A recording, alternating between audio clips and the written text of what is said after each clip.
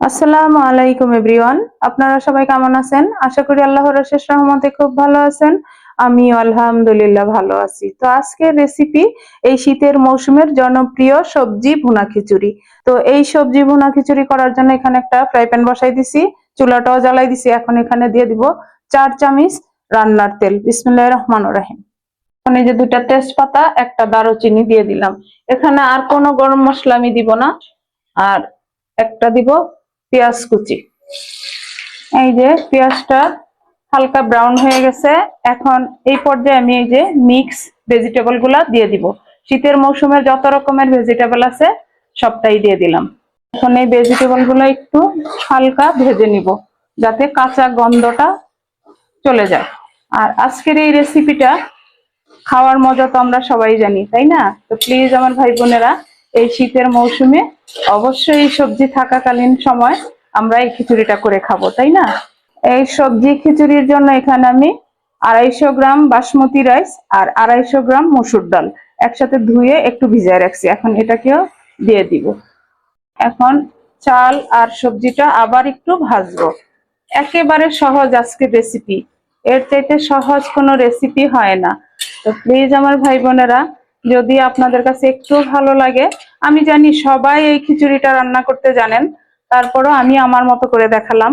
যদি একটু ভালো লাগে তাহলে আমার চ্যানেলটাকে সাবস্ক্রাইব করবেন, লাইক করবেন, শেয়ার করবেন এবং কমেন্টস করবেন প্লিজ আমার ভাই বোনেরা। 1 চামচের মতো দিয়ে দিলাম আদা রসুন পেস্ট। এখন মশলাগুলো সব দিয়ে দিব। আর 1 চামচ দিব ভরে হলুদ গুঁড়া, 1/2 চামচ মরিচ গুঁড়া। ঝাল যে যতটুকু খান অতটুকু দিয়ে নিবেন, আবার বেশি ঝাল হলে বাচ্চারা খেতে পারবে না, সেটাও খেয়াল রাখতে হবে। 1 চামচ দিব ধনে গুঁড়া। আর জিরা গুঁড়াটাও আমি এখনই দিয়ে দিব। এই যে জিরা গুঁড়াটা দিয়ে দিলাম 1 চামচ। এখন ভালোভাবে মশলার সাথে চাল সবজি একটু কষাই নিব। এই যে সবকিছু একসাথে একটু কষাই নিলাম। এখন এই পর্যায়ে দিয়ে দিব আমি ঝোলের পানিটা দিয়ে দিলাম। আমি কিন্তু এখনো লবণটা দেই নেই যাতে সবজি থেকে পানিটা না ছাড়ে। দিব 2টা টমেটো কেটে দিয়ে দিলাম এইভাবে। আর দিব কাপ মটরশুঁটি, আমার একেবারে ফ্রেশ মটরশুঁটি। এই খিচুড়িতে মটরশুঁটিটা না দিলে ভালো লাগবে না, এটা আমার ওপিনিয়ন, কারণ আমি মটরশুঁটি অনেক পছন্দ করি।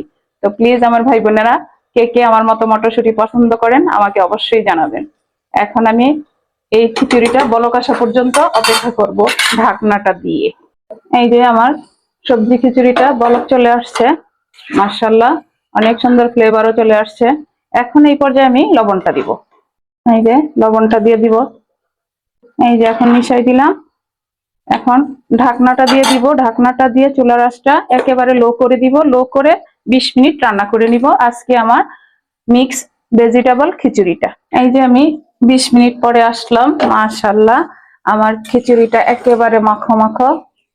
এই যে অলমোস্ট হয়ে গেছে, সবকিছু সিদ্ধ হয়ে গেছে।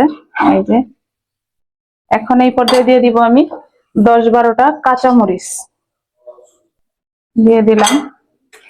এখন আলতো হাতে একটু নেড়ে দিব। এই ভুনা খিচুড়িটা একেবারে ঝরঝরও হবে না, আবার একেবারে নরমও হবে না, একটু মাখো মাখো আঠালো হবে খিচুড়িটা।